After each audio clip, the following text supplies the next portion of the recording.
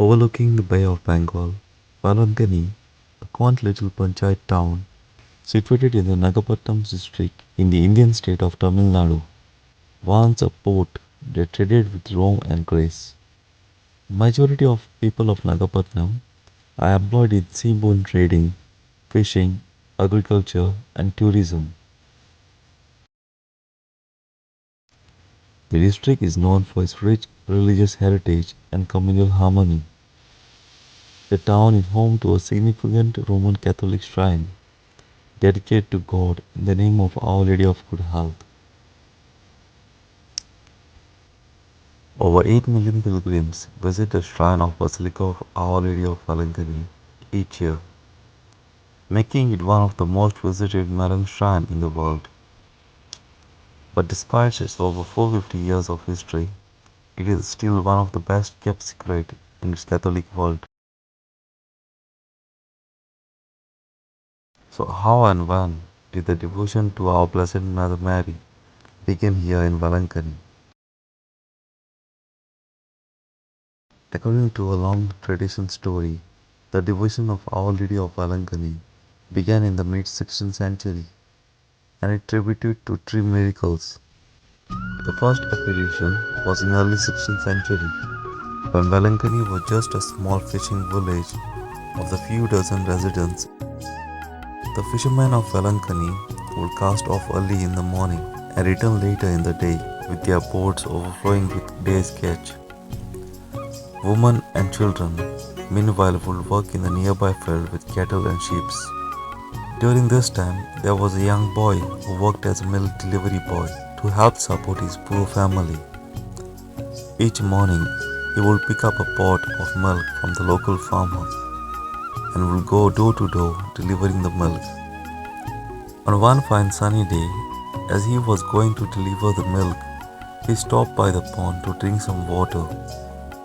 And after drinking water, he laid down under the shady banyan tree to rest for a few moments before resuming his journey. As he laid there, rested, he was suddenly bathed in a brilliant light, and a beautiful woman with an infant in her arms stood before him. The lady asked the boy if he could spare a little milk for her child, as the child was hungry. Without any hesitation, the boy handed the pot of milk to the lady.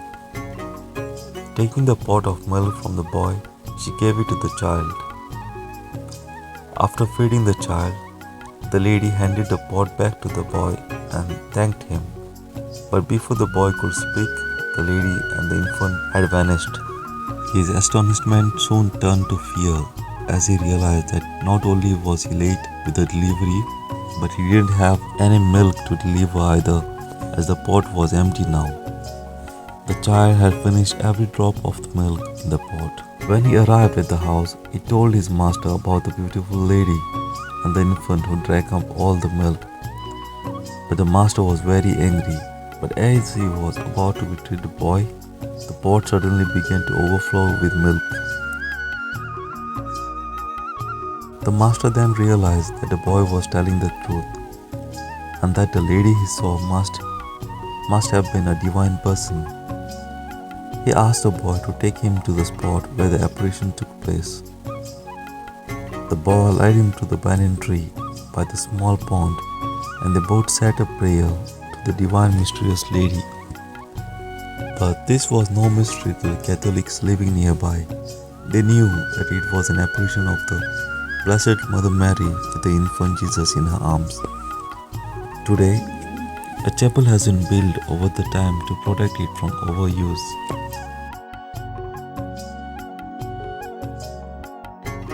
Inside the chapel is this painting showing the apparition of the Blessed Mother Mary to the milk boy.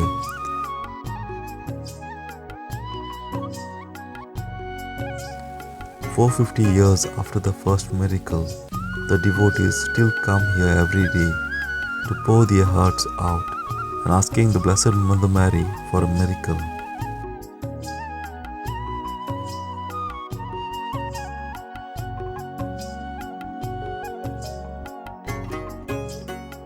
Second apparitions. A short time after the first apparitions, in another part of Velankanni, there lived a poor widow and her oldest son who was lame. Although the boy was handicapped, he would try to help his mother out as much as he was able to. Each day, the boy's mother would make a pot of buttermilk, which the boy would sell while sitting under a tree by the roadside. The cool and refreshing buttermilk was quite popular in the neighborhood, and the boy would normally sell the whole pot by the end of the day. One morning, as he sat under the tree, waiting for the customers, he was startled by the strange and brilliant light that surrounded him, and within this light, he saw a beautiful lady carrying an infant in her arms. The lady asked the boy if he would be kind enough to give some buttermilk for her child. Without hesitating, the boy poured a couple of buttermilk and offered it to the lady. After she had finished feeding her child, the lady asked him if he would go to Nagapatnam, a town a few miles away, and deliver a message there to a certain Catholic gentleman.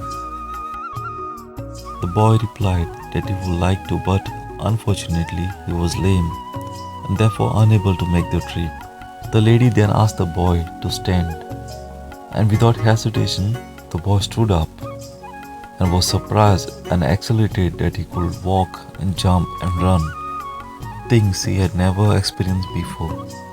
Then lady asked him to go to Nagapatnam and deliver the message that he could build a church in her honor. The villagers were surprised and happy to see the lame boy running down the roadway on his way to Nagapatnam, and instantly knew their mother of good health had worked at another miracle in the little village. The boy gave the Catholic man the message from the beautiful lady with the infant in her arms and told him that she wanted him to build a church in her honor in Velankanni. The man had no trouble believing the boy.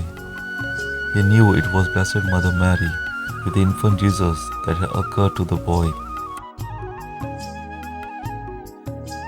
He asked a boy to take him to the spot where the lady appeared, and on reaching, they both offered a prayer of gratitude.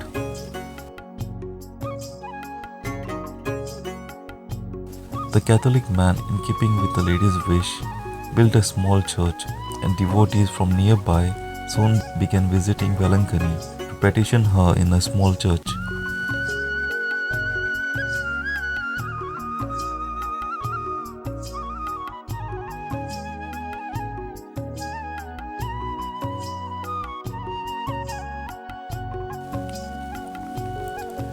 This chapel has been erected recently at the spot where the statue of Blessed Mother Mary appeared to the miraculously healed buttermilk lame boy.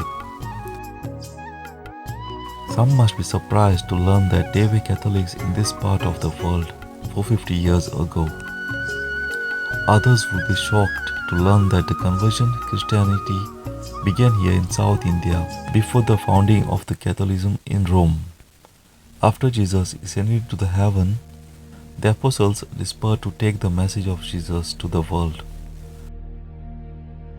The apostle Thomas traveled to India, arriving on the Malabar coast in what is now the state of Kerala in the year 52 AD. Charged with spreading the message of Jesus, he soon began preaching and converting many natives to Christianity. The Catholic Church was yet to be established in Rome, so these Christians were not considered as Catholic. They were known as Thomas Christians. Thomas established 7 churches on the Malabar coast and later moved to Coromandel coast in the present-day state of Tamil Nadu. He made his home on this hill overlooking the city of Chennai and continued to preach and convert the local natives to Christianity. This magnificent cathedral, the Basilica of St. Thomas, was built by Portuguese settlers in the year 1923. The chapel has been built on the hill where St. Thomas lived and died, and the hill known as St. Thomas Mountain. Inside the chapel, an inscription reads, "It was on this sacred spot that St. Thomas the Apostle and appeared to this land and killed." In evidence, the stone cross on the altar was carved by Saint Thomas himself and is considered miraculous, and that it sweated blood several times during the Mass between the years 1551 and 1704. The picture of Our Lady painted by Saint Luke, which was brought by Saint Thomas to India. Today, there are millions of Thomas Christians all over the world. The third appearance. In the late 15th century, there was great interest in Europe to find a direct sea route to India. The reason was Indian spices, especially pepper, which at that time were selling in Europe for a higher price than gold. The King of Portugal commenced Vasco da Gama, a much-decorated naval commander, to lead an expedition to discover a sea route to India. Vasco da Gama set sail on July 8, 1497 from Lisbon, reaching the Malabar coast in the south of India on May 18, 1498. Wasted no time colonizing this part of India, and within a few years there were over a dozen Portuguese colonies along both the east and west south of southern India. So Christianity was not new to this part of the world. By mid-16th century, the Portuguese navy was considered the most powerful in the world, and they pretty much controlled the spice trade. But still, this was the 16th century, and the ships were made of wood and were equipped with most basic navigation tools. The Portuguese Navy's biggest fear was the threatened monsoon season in the Bay of Bengal, where violent hurricanes or cyclones, as they are called in this part of the world, will appear out of nowhere and turn their ships into driftwood. It was during the monsoon season of the mid-16th century. The Portuguese vessel was making its way from the Portuguese colony of Macau in China to Sri Lanka. The ship was almost near its destination when the sky suddenly turned dark and thunder and lightning filled the sky. Followed by a furious rainstorm, the ship was tossed around and the center ship was about to break apart. Fearing for their lives, the sailors began to pray to the Blessed Mother Mary to save them. They made a promise that if their lives were spared, they would build a church in her honor wherever they were able to land safely. And in short time, the storm began to subside, and in the distance they could see land.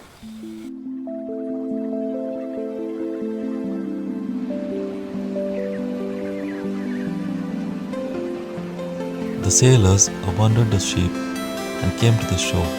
They soon met the natives as they reached the shore and been told they were landed in Velankanni. And the sailors told the natives whatever happened, how their lives were saved by praying to Mother Mary.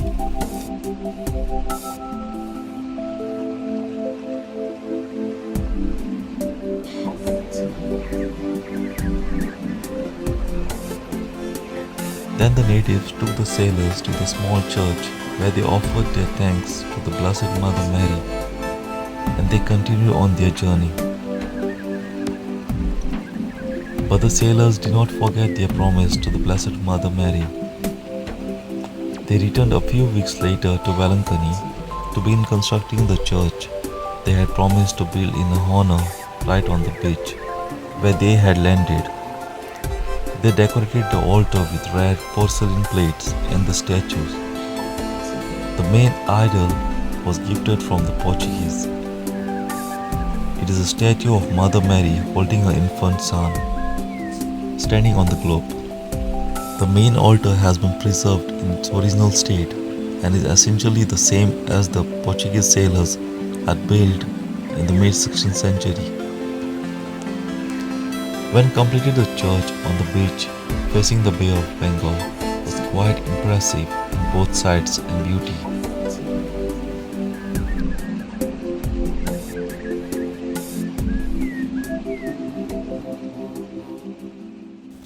In 1962, the shrine was given a special status of minor basilica by Pope John XXIII himself.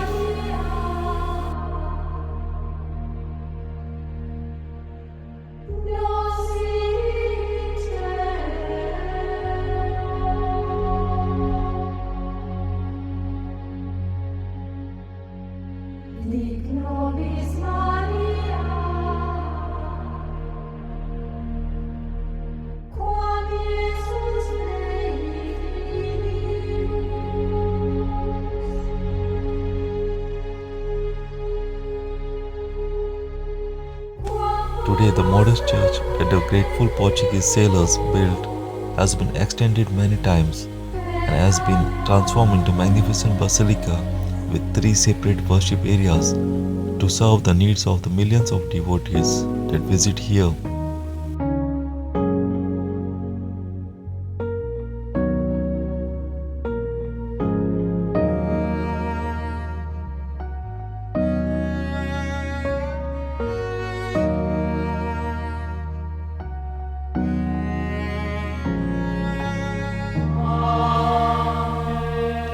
It was finally in 1962 that the shrine was evaluated in the status and became a major basilica and merged with the Basilica of Saint Mary located in Rome, Italy.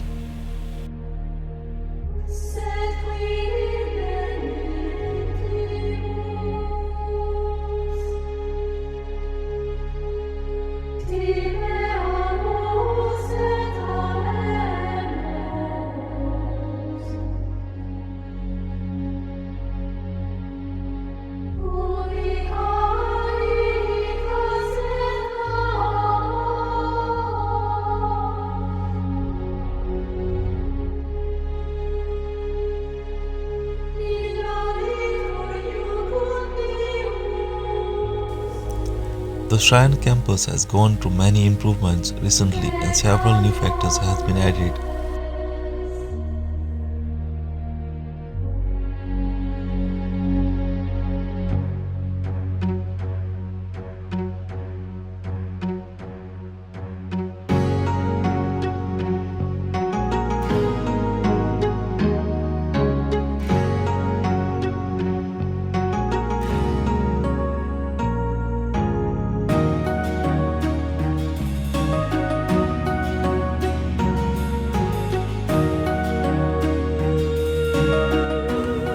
The church celebrates the feast of Our Lady of Good Health from August 29 to September 8 to celebrate the birthday of Our Lady and to commemorate the anniversary of the landing of the Portuguese sailors. The basilica is beautifully decorated with colorful lights and is ready to welcome over 500,000 pilgrims who pass to Velankanni each day of the feast. On August 29th, a huge procession of the devotees make their way to the church.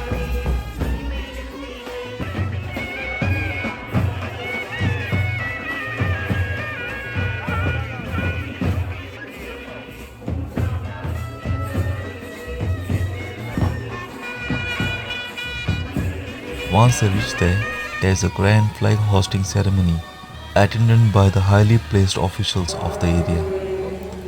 This marks the beginning of the festival.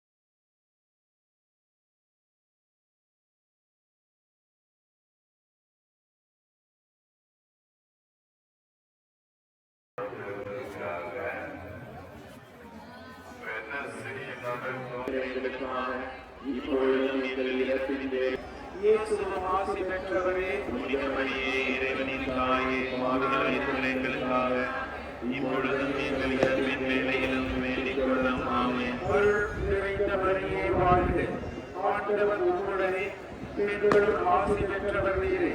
உம்முடைய திருவயிற்றின் கனியாகிய இயேசுவும் ஆசி பெற்றவரே. புனித மரியே இறைவனின் தாயே பாவிகளாய் இருக்கிற எங்களுக்காக The flagpole was said to contain a piece from the original Portuguese ship which landed here.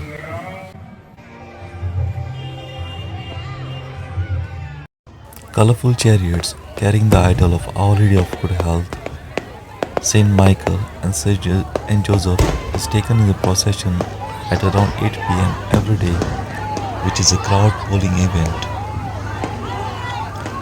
The procession is followed by a liturgical service later in the evening. During the festival days, the Holy Mass is conducted in English, Konkani, Marathi, Malayalam, Telugu. The festival concludes with the lowering of Our Lady's flag at 6 p.m. on the 8th of September, while the major feast mass is conducted on the 8th September at 6:15 a.m. Every day of the procession, cultural programs are held like musical concert, plays, Bharatanatyam performance, etc. Over 1 million devotees are present at the feast day. Standing here and watching this sight of humanity, one wonders how such a spectacle of devotion could be possible in a country with a small Christian minority. The entire way to the church is crowded with shops on both the sides. Beautiful Christian melodies in various languages are heard throughout. Sound of the waves lashing against the seashore could be heard among these beautiful songs. Young children selling rosaries, photos, rings of Mother Mary, jewelry, toys and food stuff can be seen around.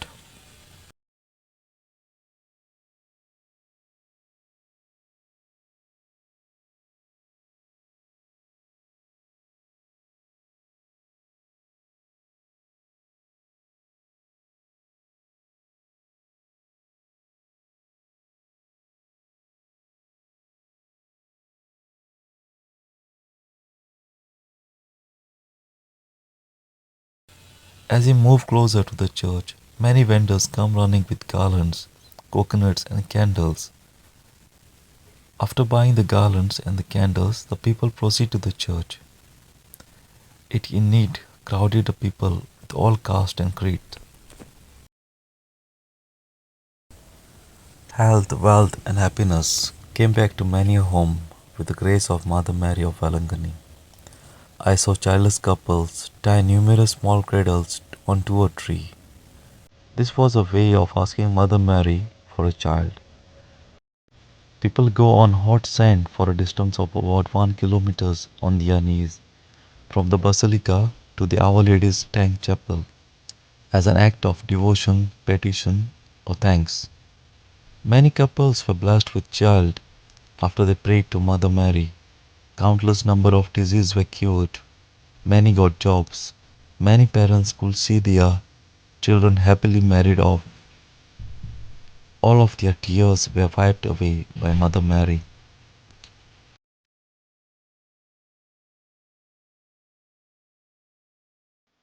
People of all religions visit Velankanni throughout the year.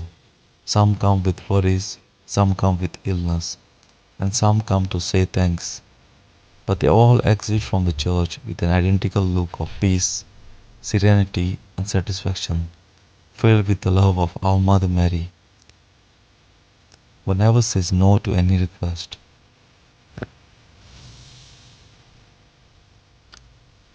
It's with immense pleasure and satisfaction that I portray my maiden trip to the land of Our Lady of Good Health.